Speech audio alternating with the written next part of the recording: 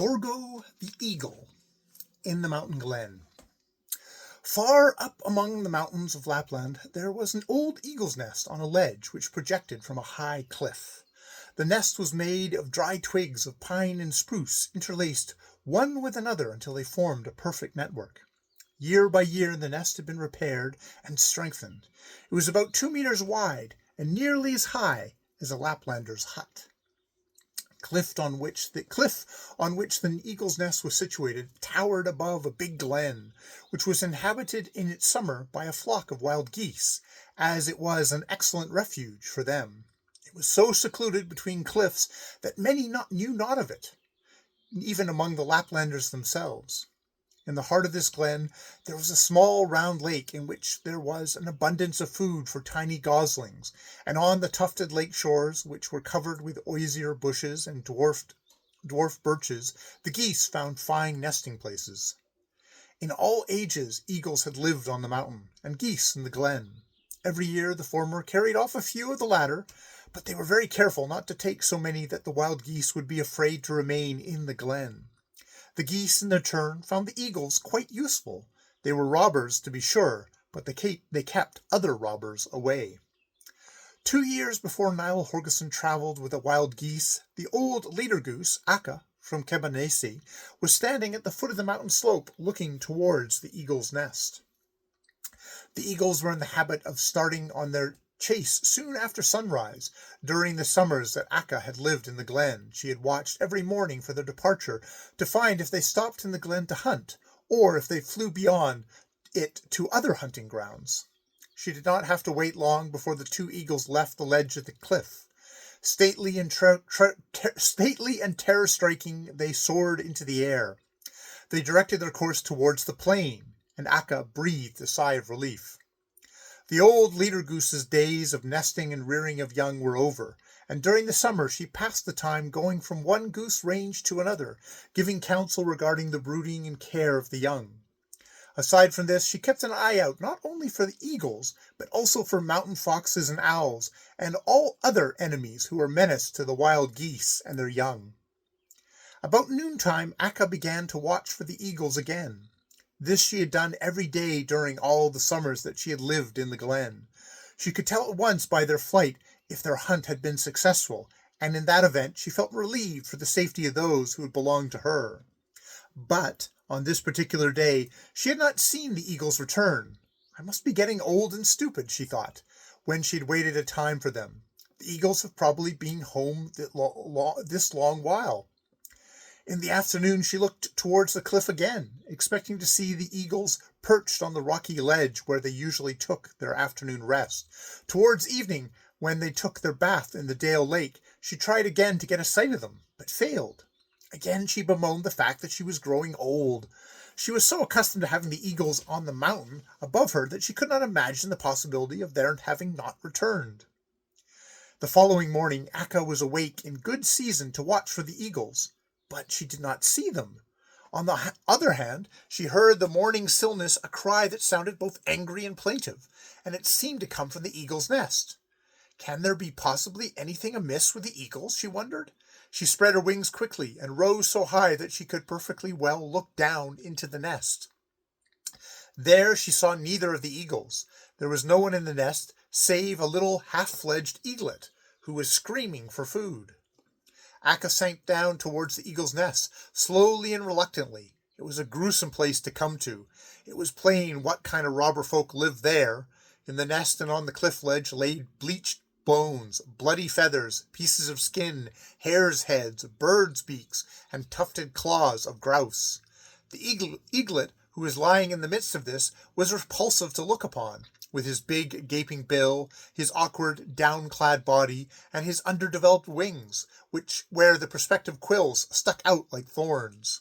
At last Akka conquered her repugnance and alighted on the edge of the nest, at the same time glancing about her anxiously in every direction, for each second she expected to see the old eagles coming back. "It is well that someone has come at last," cried the baby eagle. "Fetch me some food at once." "Well, well, don't be in such a haste," said Akka. "Tell me first where your father and mother are." "That's what I should like to know myself. They were off yesterday morning, and they left me a lemming to live upon while they were away. You can believe that was eaten long ago. It's a shame for Mother to let me starve in this way." Akka began to think that the eagles had really been shot, and she reasoned that if she were to let the eaglet starve, she might perhaps be rid of the whole robber tribe for all time. But it went very much against her not to succor a deserted young one so far as she could. "Why do you sit there and stare?" snapped the eaglet. "Didn't you hear me say I want food?" Akka spread her wings and sank down to the little lake in the glen. A moment later she returned to the eagle's nest with a salmon trout in her bill. The eaglet flew into temper when she dropped the fish in front of her.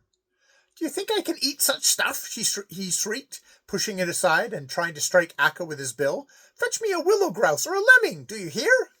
Akka stretched her head forward and gave the eaglet a sharp nip in the neck. "Let me say to you," remarked the old goose, "that if I'm to procure food for you, you must be satisfied with what I give you.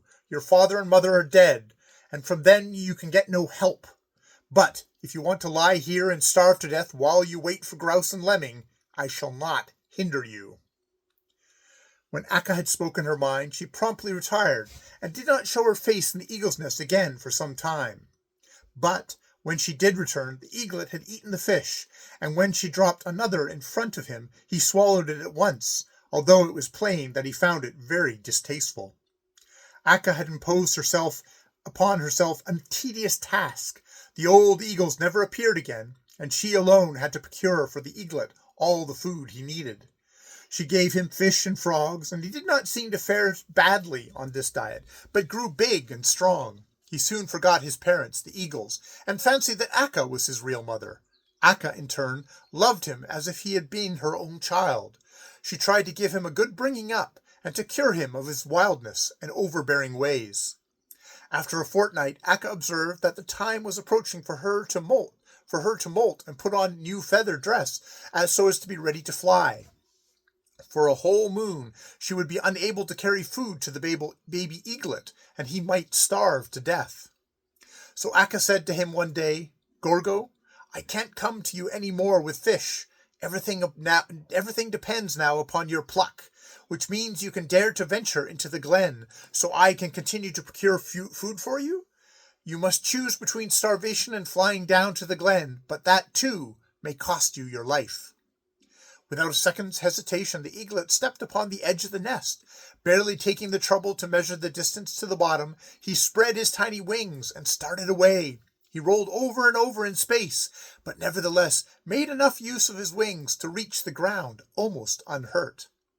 Down there in the glen, Gorgo passed the summer in company with the little goslings, and was good comrade for them. Since he regarded himself as a gosling, he tried to live as they lived.